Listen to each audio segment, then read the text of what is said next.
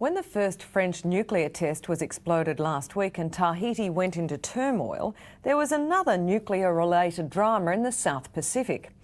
A protest ship bound for Mururoa lost power and was adrift for 10 days during stormy weather.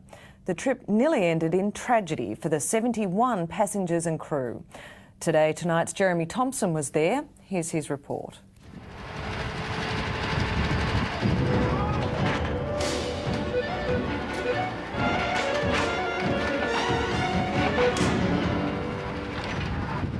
So how do the only two ships within 500 kilometres collide in the middle of the South Pacific?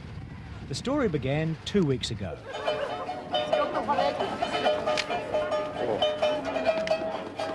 Welcome aboard the MV Kaunitoni, Fiji's protest vessel to Mururoa Atoll. It didn't look much from the outside. Within, it was worse. It was like a floating black hole of Calcutta, complete with rats.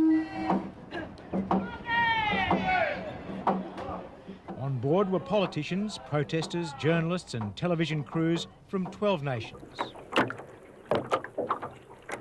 The 5-day voyage was barely 24 hours old when fiasco number 1 occurred. The engine expired, was repaired, then gave up for good. The cylinder head was cracked. Cracks were also appearing in the League of Nations, as one passenger suggested asking the French for help. No one is at risk here and their lives are not at risk. So I think calling the enemy as the French, especially when we're right in the middle between Rarotonga and French territory, is not a very good idea. Yeah, but lots of things can happen. If you can't maneuver, if you're on high sea, and there's no assistance in the area, I would rather call the devil to get me out of here. Okay? The majority of the people here feel that we'd much prefer to go to a friendlier nation than, which is Rarotonga, New Zealand, than Tahiti, France. One German journalist was lucky. The German protest boat, the Little Tara, caught up to the hapless Kaunitoni on day 3, and she was successfully transferred. A lonely success in a voyage of disasters. Fiasco number 2. Somewhere behind us was the big Australian ship, the Western Express. Would she save us? The answer was yes, but for $4,000 a passenger. The offer was declined.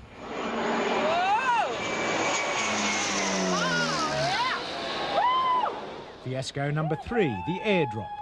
New Zealand sent out a maritime aircraft to drop spares, including a new cylinder head.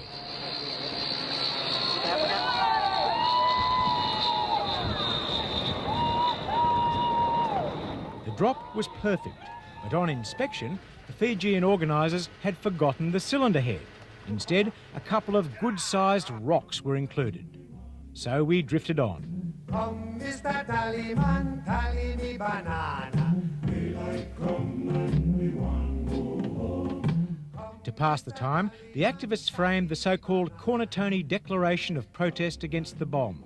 President Chirac must have quaked in his boots. So we're saying we're keeping it as we are united in our conviction, and what we're actually doing is that we're putting 2 dots that nuclear tests should be banned forever and the global nuclear armament is a preservative war. 7 foot, 8 foot punch. Daylight come and we want go home. 4 days adrift with no help in sight. Things were getting tense. You know, we have a very grave situation here.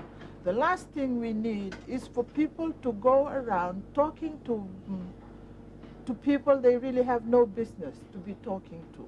Finally, it was the ship's elder statesman, 78-year-old former Cook Islands Prime Minister Sir Tom Davis, who took control. Because our engine is stopped and completely stopped. The cylinder heads are cracked and it's irreparable out here. So we are in need of help as soon as possible. And we're thinking of all alternatives, and the alternatives we're interested in at the moment is that the Kukupa be made available to come and pick us up and tow us to Rarotonga. Do you hear? Over. Roger, copy that, Papa Tom. Roger, copy that. Sorry to hear your situation. The Cook Islands patrol boat, the Kukapa, was heading towards Tahiti for fuel, but was still 4 days away. It was a long wait, but at least the weather was holding. After a week of drifting, the Kookaburra arrived and a tow was established. No sooner had the tow begun than the much-feared storm blew up. At 1 a.m, disaster struck. After about 2 or 3 hours of towing, and in the middle of the night, 1 o'clock in the morning, the cooling system of the Kookaburra failed or got too hot, and of course there's an automatic shut off the engines. I went out on the deck and I suddenly had this amazing thing of seeing this mast of obviously the towboat right in front of us, and rolling, and as if we were right on top of it. The Kookaburra drifted back into the path of the Kaunitoni. It looked as if the little patrol boat would be chopped to pieces.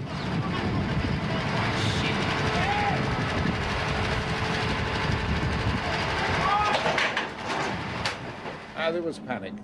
There was panic in most passengers, and we cannot blame them. Even I was afraid. I wasn't worried for myself, but I thought, you know, what a terrible responsibility it is to be responsible for whatever was going to befall us that evening. They just let the boat slowly come and go the one against the other in the middle of nowhere. The next boat is 500 miles, I don't know why, so I found it not funny at all. I found it very stupid. Were you frightened? Yes, I was frightened, sure. Yes, I was. I was not only frightened, but I was also angry, because I think the job of these men is to avoid this. He started the engines! After a very long 15 minutes, the Kookaburra was able to get clear. The tow began again the next day, this time without incident. Well, this has not been the sort of trip that would tempt a young man to a life at sea. But things are at last looking up. The sun's shining, the seas are calm, and thanks to the Kookaburra up ahead there, we're making good speed towards dry land. Now, there are many on this ship that believe the trip was nothing short of an unmitigated disaster. But there are others that believe that Kaunitoni did send its anti-nuclear message. People always say that God works in mysterious ways, and maybe that was the intention, that we would be more effective this way than had we been sitting outside the 12 miles limit in Mururoa. After 10 days on the open seas, the welcome sight of Rarotonga hove into view.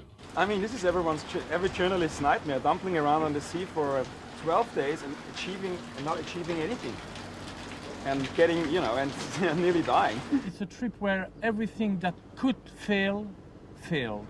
So the only thing we did not do till now is thinking in the ocean, but all the other things we experienced.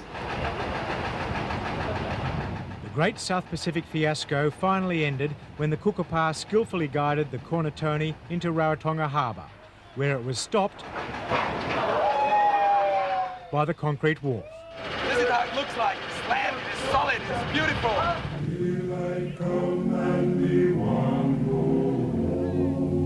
It looked bad. It was bad. Could have been worse. We were lucky. That was the most elaborate excuse for not filing a report I have ever seen.